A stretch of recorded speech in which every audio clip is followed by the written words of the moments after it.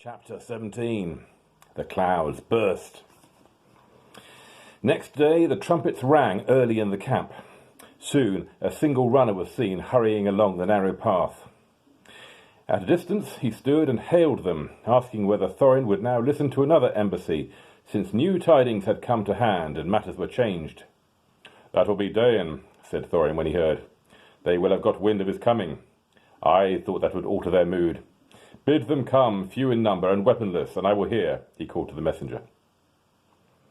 About midday, the banners of the forest and the lake were seen to be borne forth again. A company of 20 was approaching. At the beginning of the narrow way, they laid aside sword and spear, and came on towards the gate. Wondering, the dwarves saw that among them were both Bard and the Elven King, before whom an old man, wrapped in cloak and hood, bore a strong casket of iron-bound wood. "Hail, Thorin," said Bard. "Are you still of the same mind?" "My mind does not change with the rising and setting of a few suns," answered Thorin. "Did you come to ask me idle questions? Still the elf host has not departed as I bade. Till then you come in vain to bargain with me. Is there then nothing for which you were to yield any of your gold?" "Nothing that you or your friends have to offer." "What of the Arkenstone of Thrain?" said he, and at the same moment the old man opened the casket and held aloft the jewel. The light leapt from his hand, bright and white as the morning.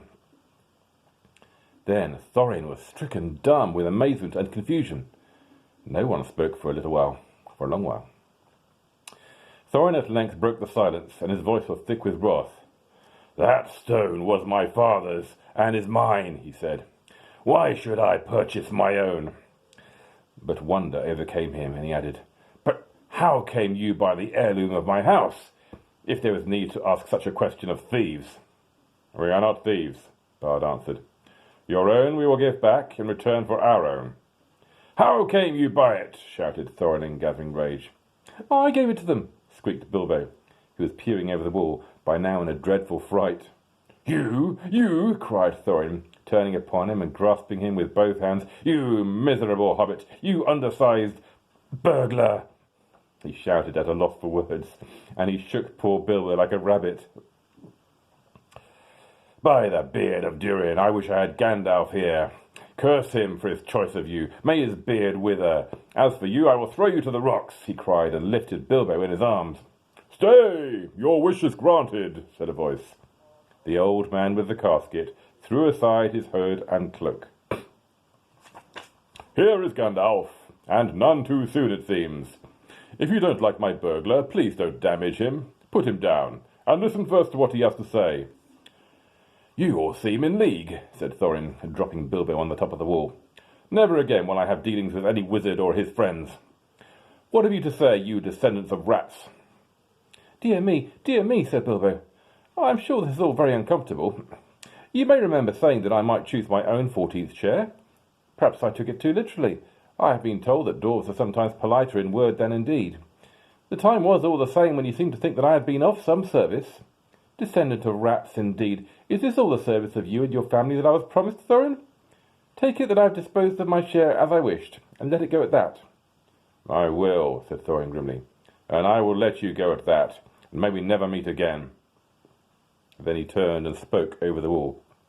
"I am betrayed," he said. "It was rightly guessed that I could not forbear to redeem the Arkenstone, the treasure of my house.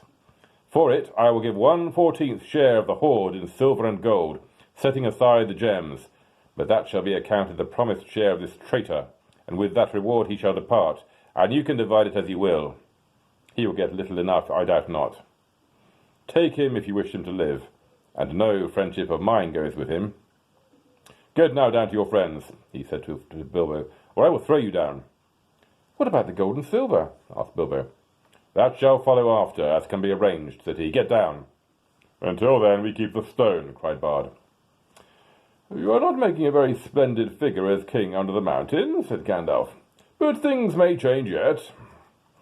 "They may indeed," said Thorin, and already, so strong was the bewilderment of the treasure upon him, he was pondering whether by the help of Dain he might not recapture the Arkenstone and withhold a share of the reward. And so, Bilbo was swung down from the wall, and departed with nothing for all his trouble, except the armour which Thorin had already given him. More than one of the dwarves in their hearts felt shame and pity at his going. "Farewell," he cried to them. "We may meet again as friends." "Be off," called Thorin. "You have mail upon you which was made by my folk, and it is too good for you. It cannot be pierced by arrows, but if you do not hasten, I will sting your miserable feet. So be swift." "Not so hasty," said Bard. "We will give you until tomorrow. At noon we will return, and see if you have brought from the hoard the portion that is to be set against the stone. If that is done without deceit, then we will depart, and the elf host will go back to the forest. In the meanwhile, farewell." With that they went back to the camp. But Thorin sent messengers by Roak, telling Dain of what had passed, and bidding him come with wary speed. That day passed, and the night. The next day the wind shifted west, and the air was dark and gloomy. The morning was still early, when a cry was heard in the camp. Runners came in to report that a host of dwarves had reappeared around the eastern spur. The host of dwarves had appeared around the eastern spur of the mountain, and was now hastening to Dale. Dain had come. He had hurried on through the night, and so had come upon them sooner than they expected. Each one of his folk was clad in a hauberk of steel mail that hung to his knees, and his legs were covered with hose of a fine and flexible metal mesh, the secret of whose making was possessed by Dain's people. The dwarves are exceedingly strong for their height, but most of these were strong even for dwarves. In battle they wielded heavy two-handed mattocks, but each of them also had a short broadsword at his side, and a round shield slung at his back. Their beards were forked and plaited, and thrust into their belts. Their caps were of iron, and they were shod with iron, and their faces were grim. Trumpets called men and elves to arms. Before long the dwarves could be seen coming up the valley at a great pace. They halted between the river and the eastern spur, but a few held on their way, and crossing the river drew near the camp, and there they laid down their weapons and held up their hands in sign of peace. Bard went out to meet them, and with him went Bilbo. "We are sent from Dain, son of Nain," they said, when questioned. "We are hastening to our kinsmen in the mountain, since we learn that the kingdom of old is renewed. But who are you that sit in the plain as foes before defended walls?" This, of course, in the polite and rather old-fashioned language of such occasions, meant simply, "You have no business here. We are going on, so make way, or we shall fight you." They meant to push on between the mountain and the loop of the river, for the narrow land there did not seem to be strongly guarded. Bard, of course, refused to allow the dwarves to go straight on to the mountain. He was determined to wait until the gold and silver had been brought out in exchange for the Arkenstone, for he did not believe that this would be done if once the fortress was manned with so large and warlike a company. They had brought with them a great store of supplies, for the dwarves can carry very heavy burdens, and nearly all of Dain's folk, in spite of their rapid march, bore huge packs on their backs in addition to their weapons. They would stand a siege for weeks, and by that time yet more dwarves might come, and yet more, for Thorin had many relatives. Also, they would be able to reopen and guard some other gate, so that the besiegers would have to encircle the whole mountain, and for that they had not sufficient numbers. These were in fact precisely their plans, for the raven messengers had been busy between Thorin and Dain. But for the moment the way was barred, so, after angry words, the dwarf messengers retired, muttering in their beards. Bard then sent messengers at once to the gate, but they found no gold or payment.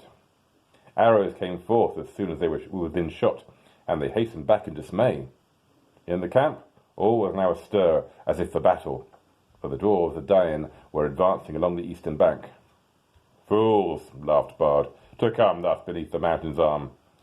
They do not understand war above ground, whatever they may know of battle in the mines. There are many of our archers and spearmen now hidden in the rocks upon their right flank. Dwarf mail may be good, but they will soon be hard put to it. Let us set on them now from both sides before they are fully rested." But the Elven King said, "Long will I tarry ere I begin this war for gold. The dwarves cannot pass us unless we will, or do anything that we cannot mark. Let us hope still for something that will bring reconciliation. Our advantage in numbers will be enough, if in the end it must come to unhappy blows."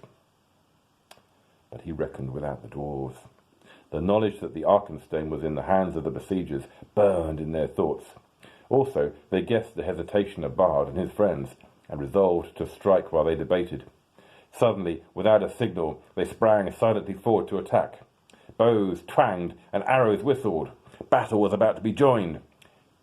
Still more suddenly, a darkness came on with dreadful swiftness. A black cloud hurried over the sky. Winter thunder on a wild wind rolled roaring up and rumbled in the mountain, and lightning lit its peak, and beneath the thunder another blackness could be seen whirling forward. But it did not come with the wind. It came from the north, like a vast cloud of birds, so dense that no light could be seen between their wings. "Halt!" cried Gandalf, who appeared suddenly, and stood alone, with arms uplifted between the advancing dwarves and the ranks awaiting them. "Halt!" he called, in a voice like thunder, and his staff blazed forth with a flash like the lightning. "Dread has come upon you all. Alas, it has come more swiftly than I guessed. The goblins are upon you. Bolg of the north is coming. O Dain, whose father you slew in Moria, behold, the bats are above his army like a sea of locusts. They ride upon wolves, and wargs are in their train." Amazement and confusion fell upon them all. Even as Gandalf had been speaking, the darkness grew. The dwarves halted and gazed at the sky. The elves cried out with many voices. "Come," called Gandalf, "there is yet time for counsel. Yet let Dain, son of Nain, come swiftly to us." And so began a battle that none had expected, and it was called the Battle of Five Armies, and it was very terrible.